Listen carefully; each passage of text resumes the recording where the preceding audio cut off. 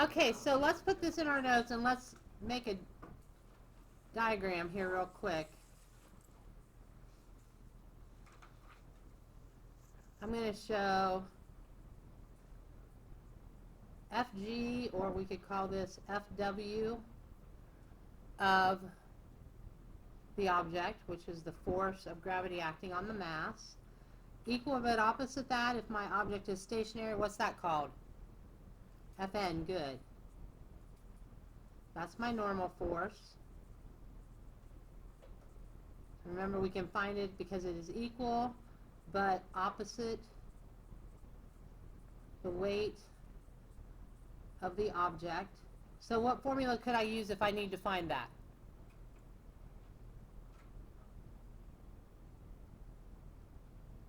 Equal but opposite the weight of the object. What formula can be used? Um, or the, oh gosh, why am I G blanking? equals M divided by F. No. F divided by G. Something Wait, equals W mg. equals W equals mg times negative 1. Wouldn't it be that? times negative 1. Because it's the opposite? Well, you would just drop the opposite side because negative was, yeah, you could have I understand what you're saying now. Yes, that would work. Okay, so if I want this object to move, what do I call this force that I'm pushing with? Yes, Fa, which is applied force. That will now become, it'll look like either Fs or Fk, and later on we'll talk about what those mean. And then this way,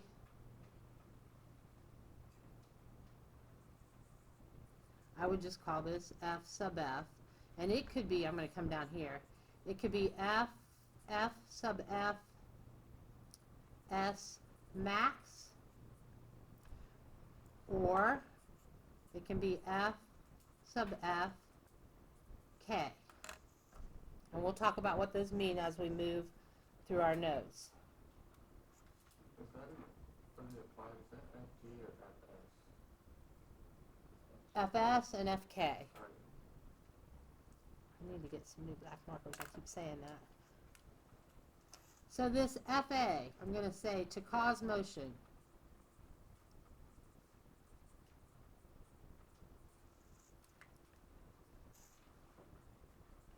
The normal force between the object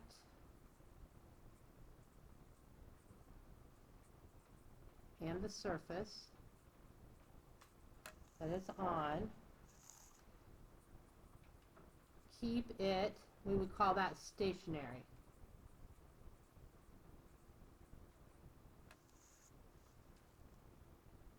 So if I want it to actually move, what has to happen? If I want that box to actually move? Apply greater force. Yes. To cause motion, enough force is applied to overcome friction. Now, it sounds simple when we just say it in words, but there are a lot of things to watch for and a lot of numbers that we have to be aware of when we're looking at this.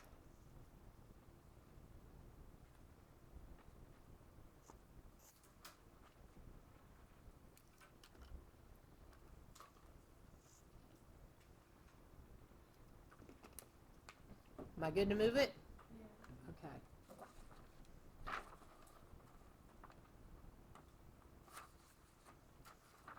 So then I would say the point where, let's see,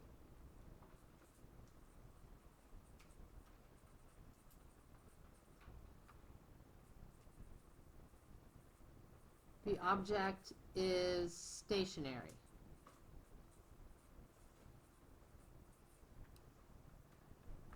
And there's not enough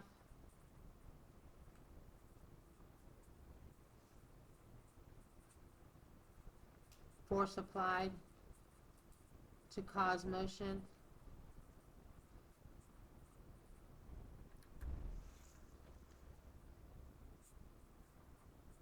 that friction has a special name. That friction that's between the table and the book or whatever you're talking about when it's not moving, it's called static friction. And in physics, this word static usually means no motion. And it looks like this. The variable is F sub S. And the S is in parentheses. That's how you know it's static friction.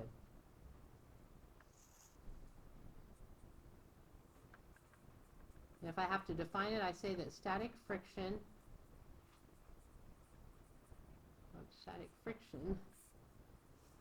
is a force exerted by a motionless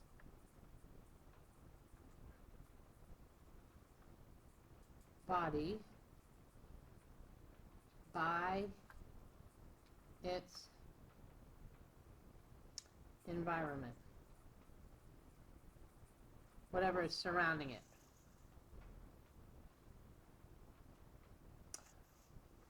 And this should say on, not by. I just read what I wrote. Change that to on so it makes sense. So this is a point, this Fs tells you there's no motion. Have you ever tried to move something pushing super hard and it still doesn't move? That means your Fs is greater than your Fa.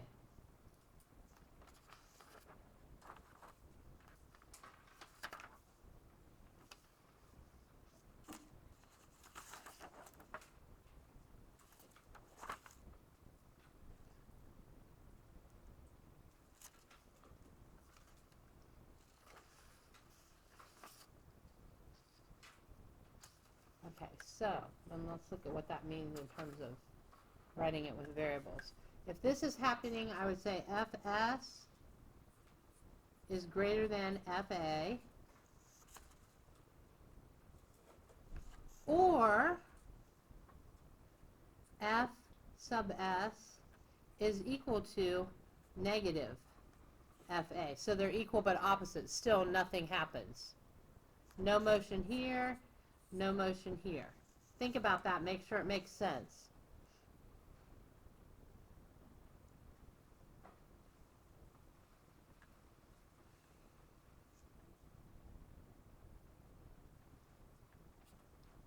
So I would say Fa must increase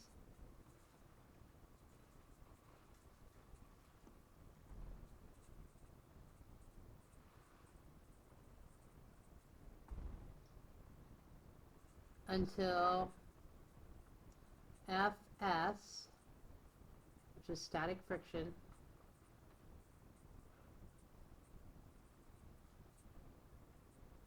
is overcome. This is right when motion starts. And it is called Fs max.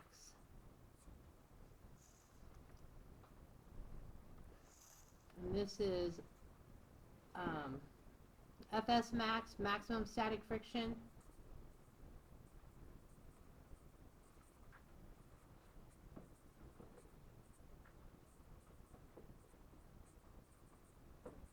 Equals the point or reading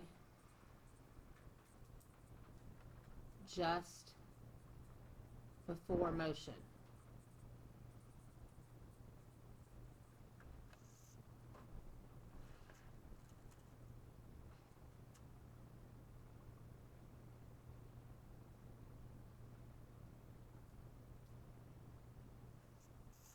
When my applied force is greater than my force of maximum static friction, then I get some motion.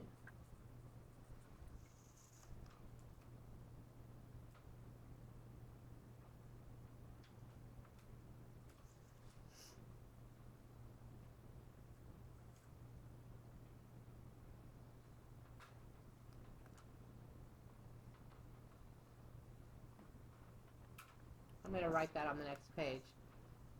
When FA is greater than FS max. That's telling me that the net external force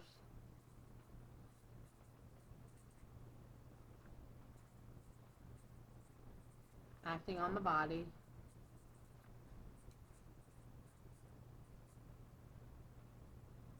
is equal to the difference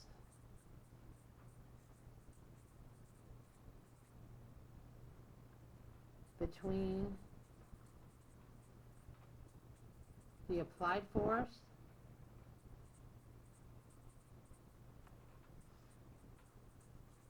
which would be F sub A and the maximum force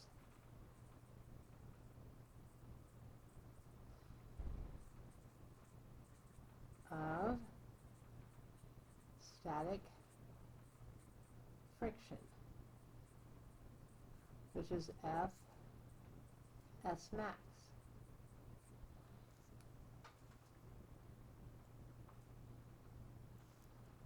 Now see if you can write that as an equation, what I just put in words. See if you can write that in a mathematical equation.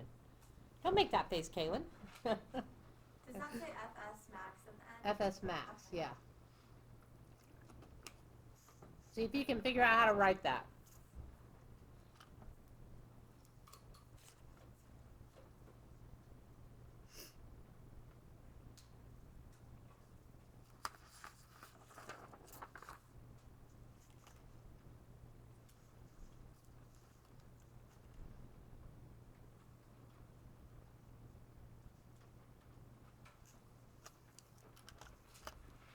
When you've got it, stand up. When you think you've got it.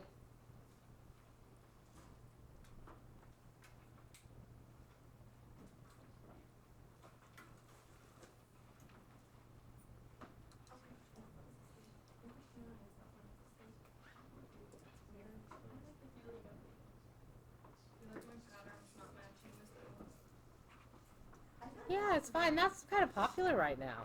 The striped stuff with everything. I feel like this is a very early shirt. Okay, so check with your partner or partners. See if they look the same. And then let's talk about it. F net equals FA minus FS Is that not what you wrote? Okay, come on. Let's look at it. How do I write net force? F sub net, and I need my sigma sign out in front, which means the sum of the forces is equal to, which force has to be greater? FA minus FS max. That will give me motion. When I have motion, that equals Fk, which is force of kinetic friction.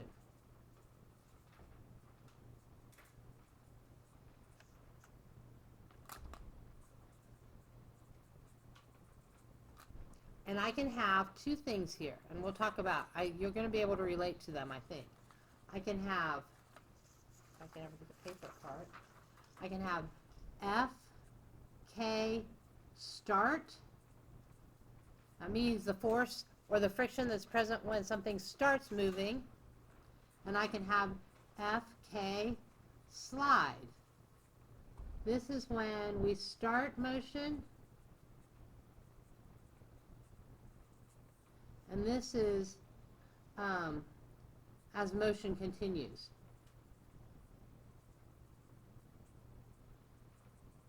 Okay, so I want you to think about something because you have experienced this before. When you are, say, trying to, okay, have any of you ever moved a piece of furniture by pushing it? So you're pushing on the furniture and it doesn't move, it doesn't move, it doesn't move, and all of a sudden you feel like a little jump. Do you know what I'm talking about? And then it starts to slide. Do you know what I'm talking about when I say that? that little jump where you're it's like you're using the most force. That is your FK start. It takes a little more to get something started than it does, because once you get it moving, you've broken some of the intermolecular forces between the two objects, and it's easier to keep moving. So this number is always higher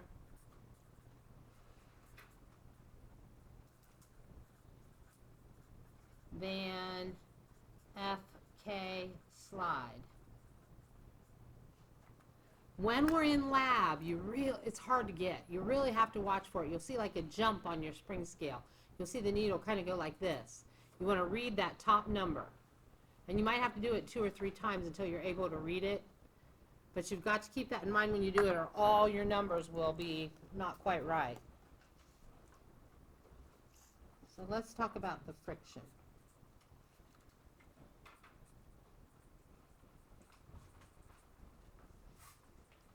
As soon as the object starts to move,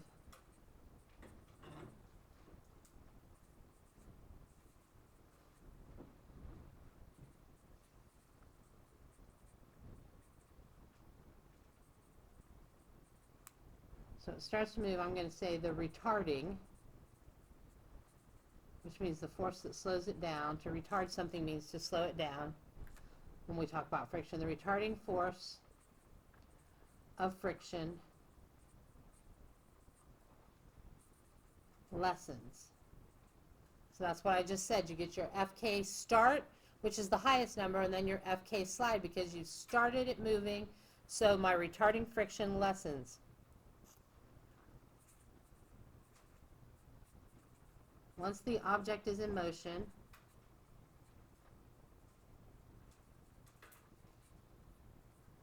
I can say that my F net is equal to force applied minus the force of kinetic friction.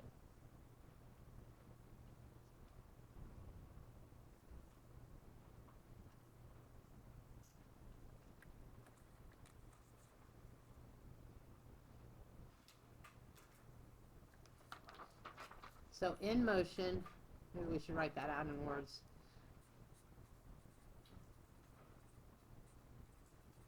In motion, the difference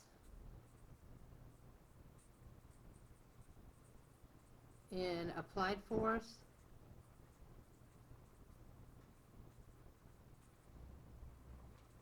and force of kinetic friction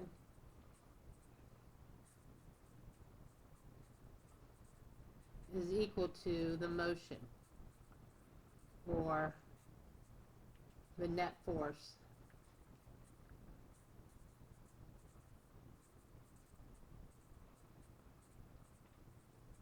that causes motion.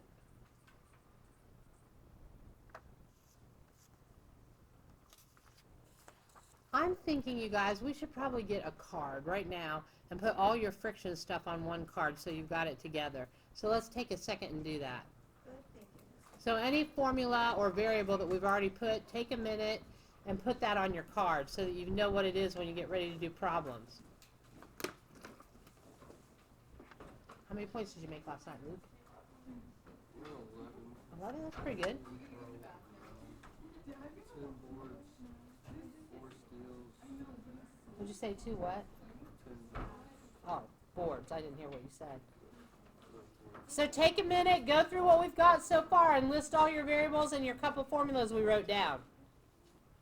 I think we've written down maybe 3 or 4 formulas.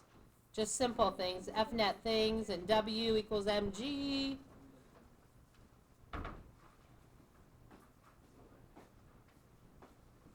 McGill, I put this on my notes and the writing came off on.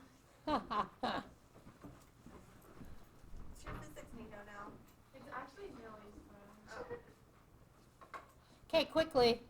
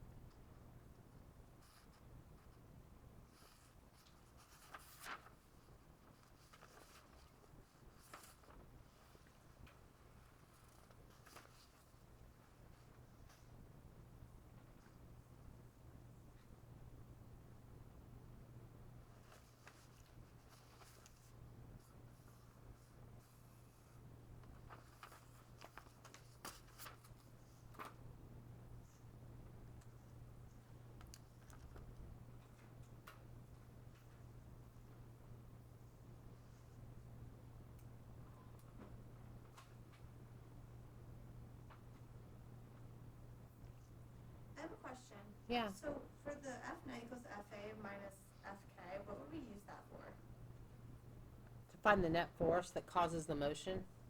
Like if I know what, if So I is know it- what the other two variables are and it's asking what net force causes motion, I can use that to find it. Okay, so is it like this, can you use it Or I could, interchangeably if I with- know F net and I know FA, then I could find FK. Okay. Could you use it interchangeably with the FA minus FS max one? Or no? Yes. Okay.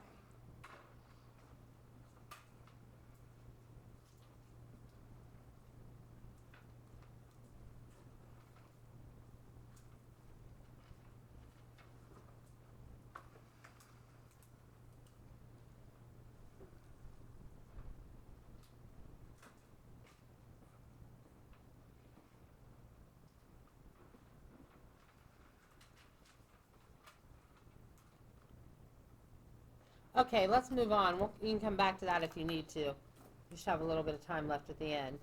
So let's look at specifically moving objects and what happens, things we have to take into consideration. I would start this by saying because surfaces are rough, even the things that we think of as being the most smooth have rough spots and are sometimes uneven.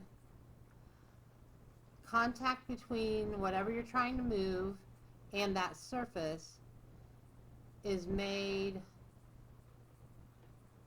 only at a few points. So anytime I macroscopically look at versus microscopically look at an object and its surface, when I look at it macroscopically, that means the big picture just with my eyes. It looks like the whole thing usually, unless you're in an old house that's unlevel, looks like the whole thing is touching the surface. But if I look at it microscopically, I will see that there are points of contact and points that aren't even touching each other. So it's my points of contact that make the friction. I should say between object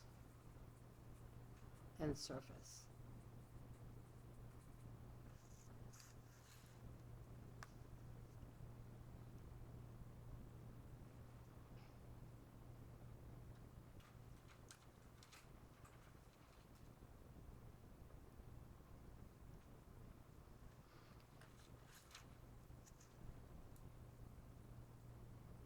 Okay, so if I ask you this question first.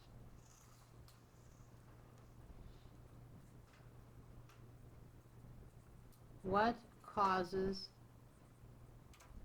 friction? There's your first question. Get together with your lab group. I'm going to give you 2 minutes. I want you to come up with what causes friction. What do you think?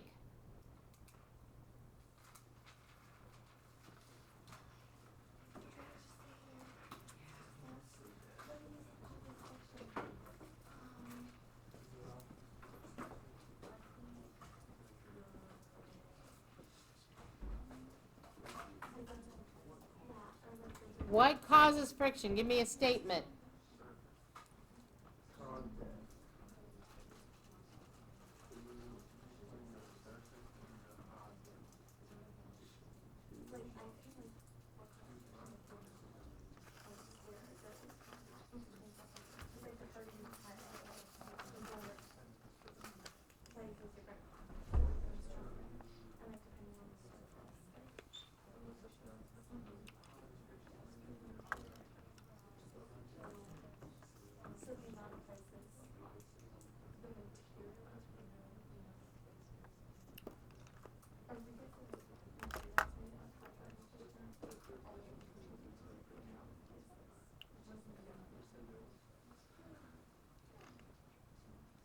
Okay, 1 more minute.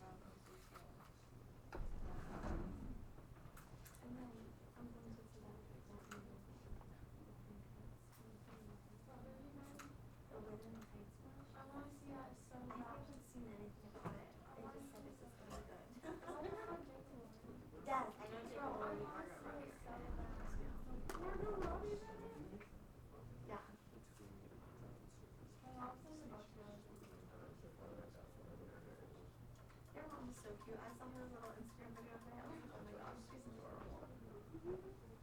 She's the cutest.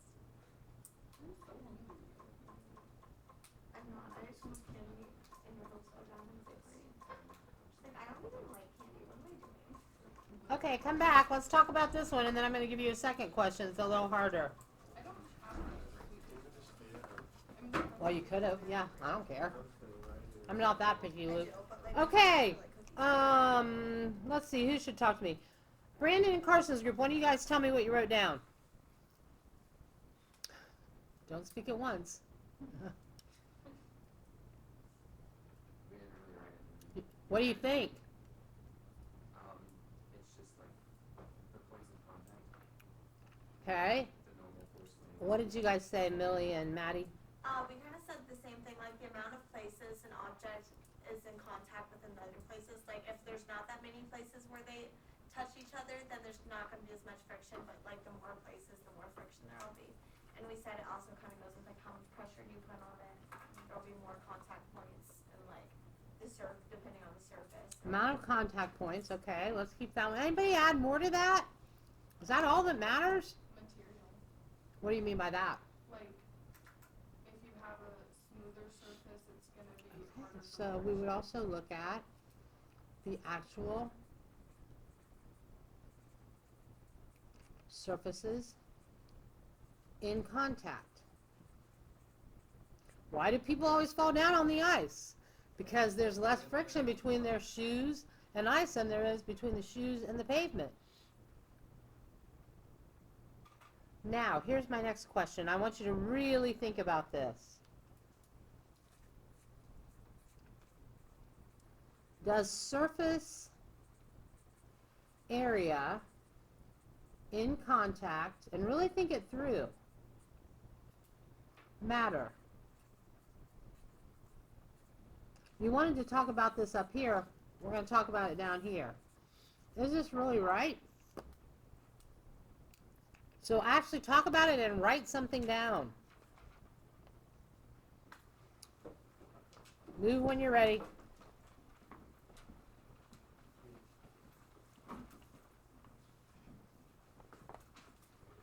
I thought it said that the medium does. And that's why there's like more like air resistance when an object has more surface area. That makes sense? I feel like it does because you know when we talk about like air resistance and when an object has more surface area, the air resistance is more. And it's kind of like, yeah, it doesn't like follow smoothly. You need to think about surfaces in contact. Think solid. Don't think about air right now. I feel like it could because it'll increase.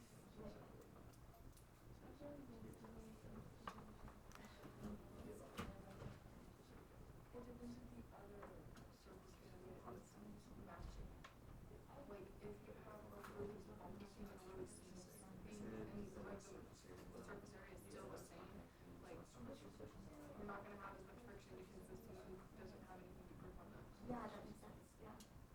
Like it kind of depends, like, I think the surface area does matter, but like. Okay, so if your group thinks it matters, raise your hand. Okay, if your group thinks it does not matter, raise your hand. Tell me why you think it does not matter. Because we think it relies more on the weight of the object. Oh, smart. Wow, that's some good thinking. Mind blown. Now think about this. That makes sense. If I put the block this way, and I put the block this way, ultimately what is causing the friction between the two surfaces? What's the downward The force? weight. The weight. Does that change the weight? No. No. So theoretically speaking, now, what you have in your brain, you can make things happen sometimes, but theoretically speaking, the weight of the object does not the weight of the object, the surface area of the object does not cause a change in friction. Now, when does it cause a change in friction? Maddie, I think you wanted to talk about it before.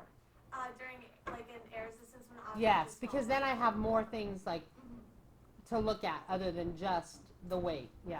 Why are tires circles then? Why is what? Tires like circles then? I thought that had to do something. Well, Well, we're gonna talk about rolling friction. Oh, I remember that now in the reading, it says surface area doesn't matter because a wider tire and a Yes. smaller tire are the same. Yes, yes. What does matter is the shape. If I make it tire circular shaped, it rolls. If I leave it a square, it doesn't roll. It's much harder to move. Okay, so I think that's a pretty good, let's just write a no here. No. What does matter is the types of surfaces. This is really important. Let's write types right here. And that's a good place to stop, I think, for today. Yes. So we're not through notes. We're gonna have to take notes tomorrow and move into lab next week. Monday will be or Tuesday will be a working on problems day, and then Wednesday, Thursday, Friday will be lab, because it'll take us 3 days probably to get through it. Can Jersey hear us on the recording?